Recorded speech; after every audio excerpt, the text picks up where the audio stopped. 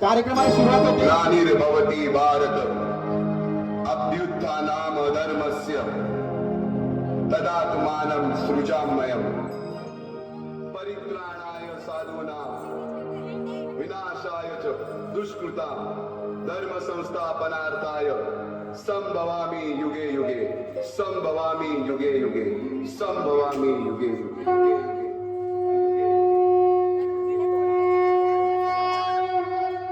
जेव्हा जेव्हा धर्मावर ग्लानी येईल, जेव्हा जेव्हा धर्म वाढेल, तेव्हा तेव्हा सज्जनांच्या रक्षणासाठी, दुष्टांच्या संहारासाठी, धर्माची स्थापना करण्यासाठी मी युगानयुगे जन्म घेईन.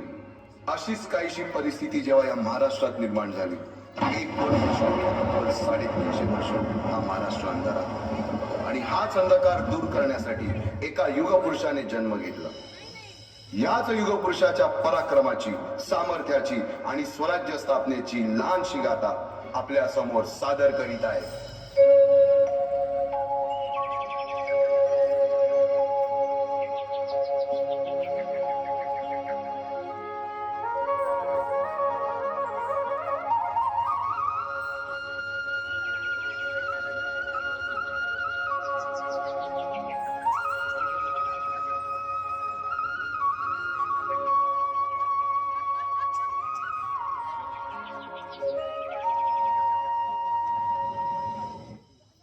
महाराष्ट्र असा सुखाने नांदत असताना एक दुष्ट कालयवनाची वक्रदृष्टी महाराष्ट्रावर. महाराष्ट्र परकीय स्वारांच्या टाचेखाली भरडला जातो. अपहरण, अपमान, जुलूम, जबरदस्ती, अन्याय, अत्याचार, मंदिरांची तोडफोड, स्त्रियांची, धनधान्यांची लुटालूट थांबता थांबत नव्हती. जेव्हा आपल्याच घरात गोठ्यातली गाय आणि घरातील माय असुरक्षित होते, तेव्हा घरातलाच अंधकार मनात घर करून बसतो. अशा वेळी साधू, संत, लहान, थोर, लेकी, बाळी अवघा महाराष्ट्र देवाला गाराणं घालतो. अरे जेजुरीच्या खंडोबा, पंढरपूरच्या तुळजापूरच्या भवानी आई, दार उघड, दार उघड आई, दार उघड.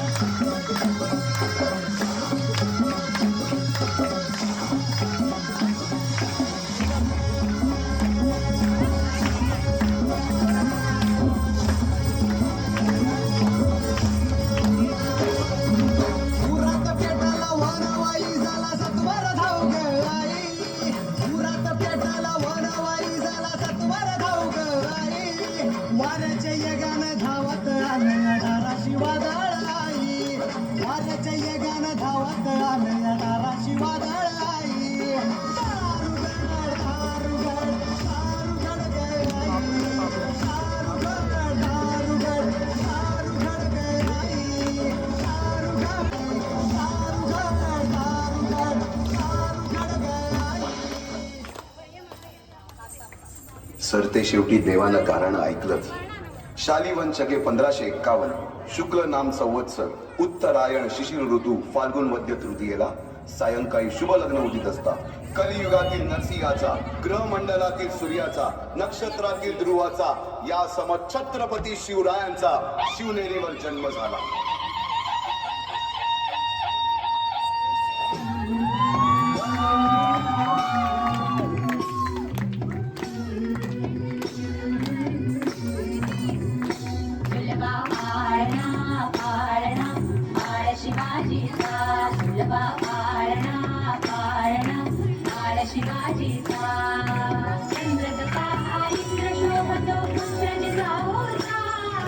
चंद्र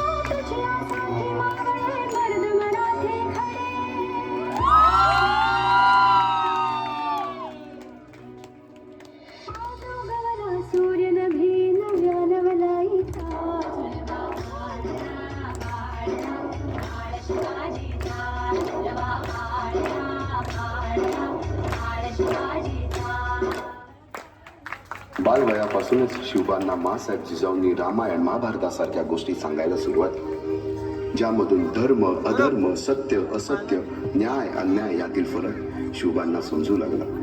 तसेच शस्त्रास्त्र व शास्त्र या शिक्षणासाठी शहाजी राजांनी अनेक कर्तबगार माणसे नेमली, जसे की दादोजी कोंडदेव, बाळकृष्ण पंत, रघुनाथ पंत, शामराज पंत अशा अनेक कर्तबगार माणसांच्या नेतृत्वाखाली महाराज बालवयापासूनच घडू लागले.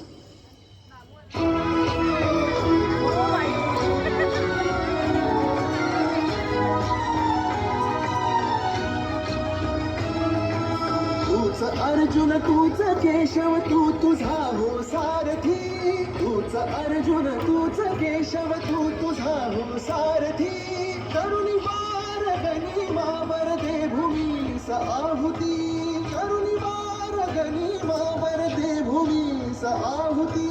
तूच अर्जुन तूच केशव तू तुझा हो सारथी, करुणी बार गनिमावर दे भूमीस आहुती. एकटे नेतृत्व कधीच साम्राज्य उभे करू शकत नाही.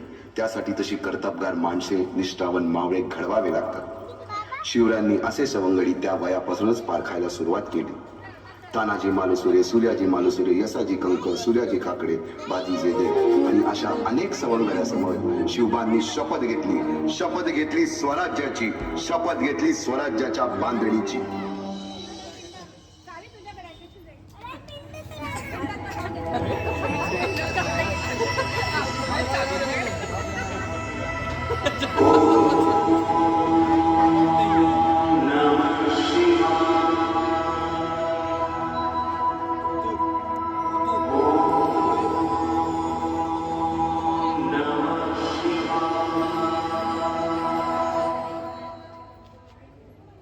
आम्ही मराठे आम्ही मराठे यवनांची पीडा नष्ट करण्यासाठी हिंदवी स्वराज्य स्थापन करीत आहोत. यवनांची पीडा नष्ट करण्यासाठी हिंदवी स्वराज्य स्थापन करीत आहोत. राष्ट्रभावनेने संघटन करून राष्ट्रभावनेने संघटन करून देशावरील परकीयांचे आक्रमण नष्ट करीत आहोत. देशावरील परकीयांचे आक्रमण नष्ट करीत आहोत. स्वकीय व परकीय शत्रूंचे उच्चाटन करण्यासाठी स्वकीय व परकीय शत्रूंचे उच्चाटन करण्यासाठी स्वराज्य स्थापन करीत आहोत. स्वराज्य स्थापन करीत आहोत. यात तू आम्हास यश द्यावे, यात तू आम्हास यश द्यावे. हे राज्य व्हावे, हे राज्य व्हावे ही तर श्रींची इच्छा, ही तर श्रींची इच्छा. रायरेश्वरासमोर शपथ घेतली आणि स्वराज्याची गोडदोड सुरू झाली. तोरणा किल्ला घेऊन स्वराज्याचे तोरण बांधले. पुढे मुरुंब देवाचा डोंगर, कुवारी गड, सुभान मंगल, कोंढाणा, शिरवळचा किल्ला, पुरंदर आणि 12 मावळ स्वतंत्र झाला. पुढे राजांनी पराक्रमाने जावळी देखील घेतली. परंतु त्यानंतर स्वराज्यावर ओढवले भले मोठे संकट. ते संकट म्हणजे अफजल खान.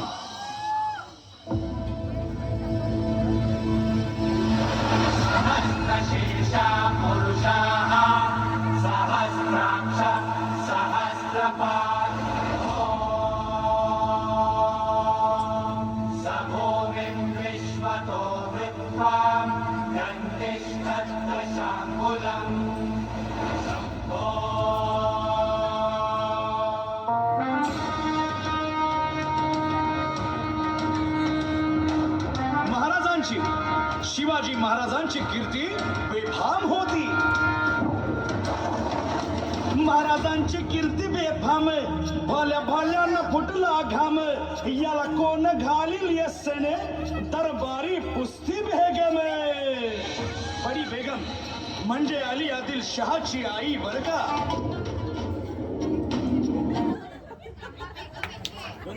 कोंढाणा, शिरवळचा किल्ला, पुरंदर आणि 12 मावळ स्वतंत्र झाला. पुढे राजांनी पराक्रमाने जावळी देखील घेतली. परंतु त्यानंतर स्वराज्यावर ओढवले भले मोठे संकट. ते संकट म्हणजे अफजल खान.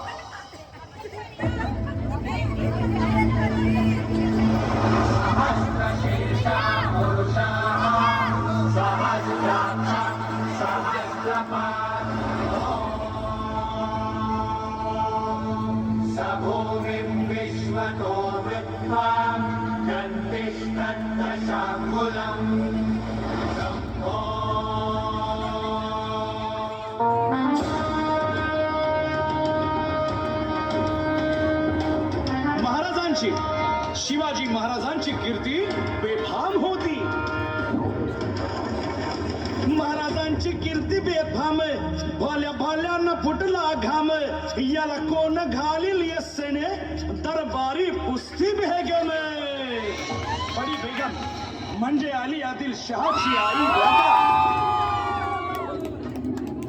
नजरेत तिच्या अंगार दरबार झाला गपगार, कुणी घेईना पुढाकार, साऱ्यांनीच मानली हार.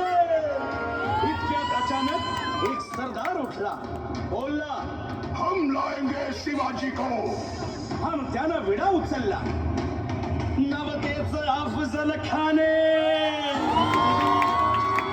नवतेच अफजल खाने, जिथं जागता जणू सहिताने, कान बोलला छाती ठोकून, शिवबाला टाकतो चिरडून.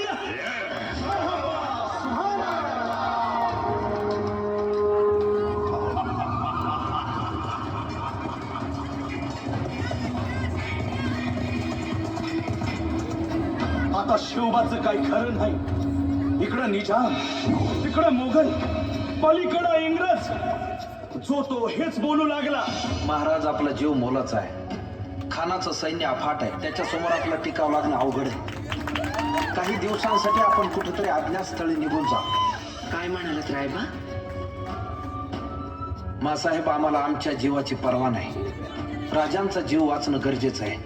रायबा, शिवबा केवळ आमचा पुत्र नाही, तर अवघ्या मराठी जनांचा स्वाभिमान आहे. या मातेने आपला पुत्र गमावला तरी बेहत्तर, परंतु भ्याडपणे पळून जाऊन या मराठी मुलखाचा स्वाभिमान गमावता कामा नये. अशा वाघिणीचा त्यो छावा.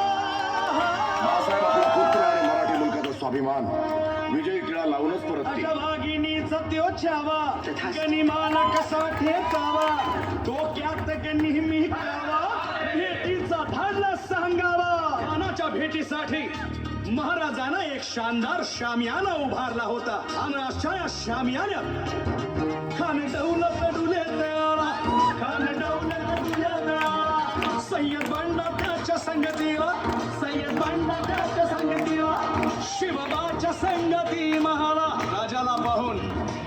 राजाला पाहून खान म्हणतो कसा,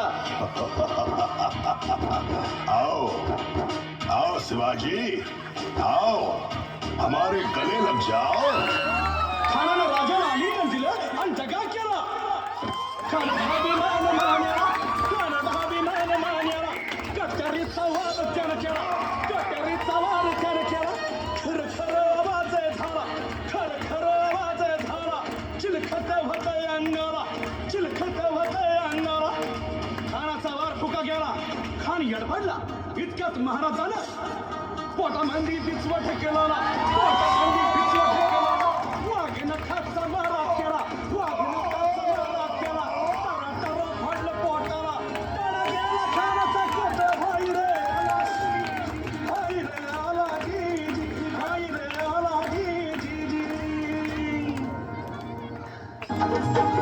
अफजल खानाच्या वधानंतर त्याचा मुलगा फाजल खान आणि सिद्धी जोहर यांनी प्रचंड फौज घेऊन पन्हाळ्याला वेढा दिलाय. पण शक्तीपेक्षा युक्ती महत्वाची असते. महाराजांनी शिवा काशी यांना बोलावून घेतलं आणि विचारलं, शिवा आमचं रूप घेऊन सिद्धीला भेटायला जातोस?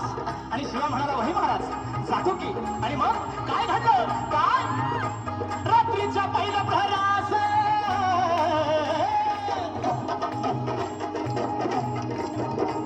रात्रीच्या पहिल्या प्रहरास ताच्या सुमारास गड उतरण्यास शिवबा पालखीत बाजी संधी. पावसानं ओली झाली धरती, रात अंधारी मावळ चालती. दुसऱ्या पालखीत शिवा काशीत मोठ्या रूपात झालेला दादा.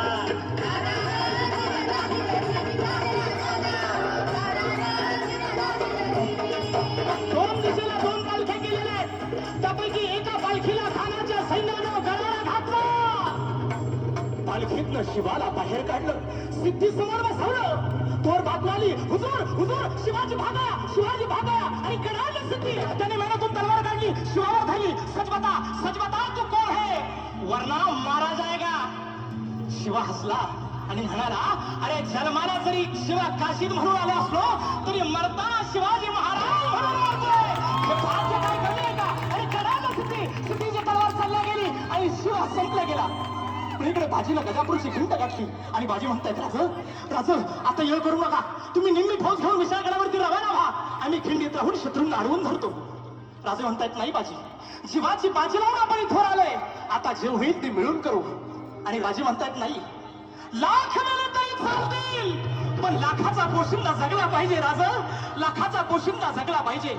आणि मग त्या खिंडीच्या तोंडाला काय प्रकार झाला, काय काय उभा राहून बाजी खिंडीला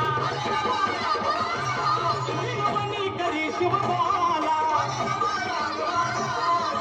सुखरूप इथं न जावा तो गोड वावा त्या वैशाल्याला.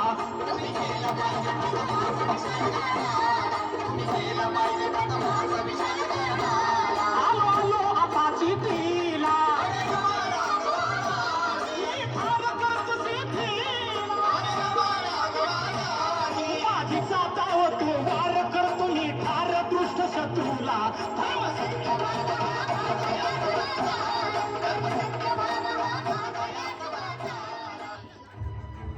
तेथील रयतेला सुरक्षा हवी आहे आणि त्यांच्या सुरक्षेसाठी कोंडाण्यासारखे बळकट किल्ले आपल्याला घ्यायलाच हवेत. शिवबा होय राज, सौराज्य परीस मोठं मंगल कार्य कंच. आम्ही असताना राज चौथा कोंडाण्यावर जाणार, आगीत उडी घालणार, वाघाच्या तोंडी मान देणार. आव मग आमचा उपयोग काय? वटांवर या मुठमुठ मिशा कशाला, या पराती एवढ्याला छात्या कशाला, हे मुदगलाव आणि टणक दंड कशाला, ही मजबूत मनगट कशाला, कशाला मिशांना पीळ भरायची आवता. तानाजी नाही ते काय, कोंडाणा घेतल्या बिगर माझ्या घरातलं मंगल कार्य होणार नाही. कोंडाण्याचं पान म्याच उचलणार. राज, आधी लगीन कोंढाण्याचं, मग रायबाच.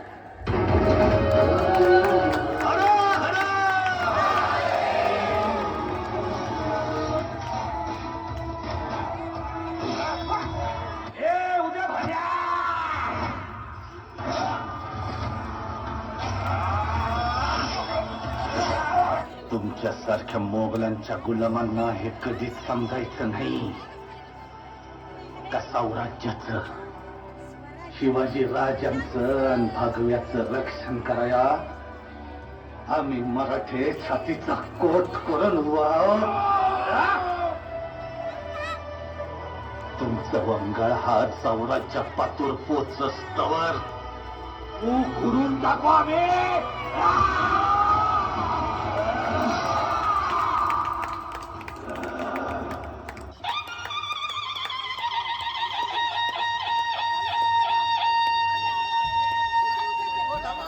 साडेतीनशे वर्षाच्या काळरात्रीनंतर अरुणोदय झाला.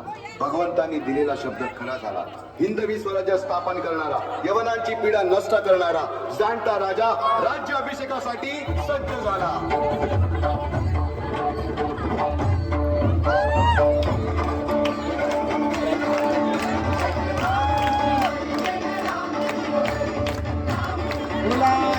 छत्रपती महाराज की, शिवाजी महाराज की, शिवछत्रपती महाराज की. हर हर हर हर हर हर.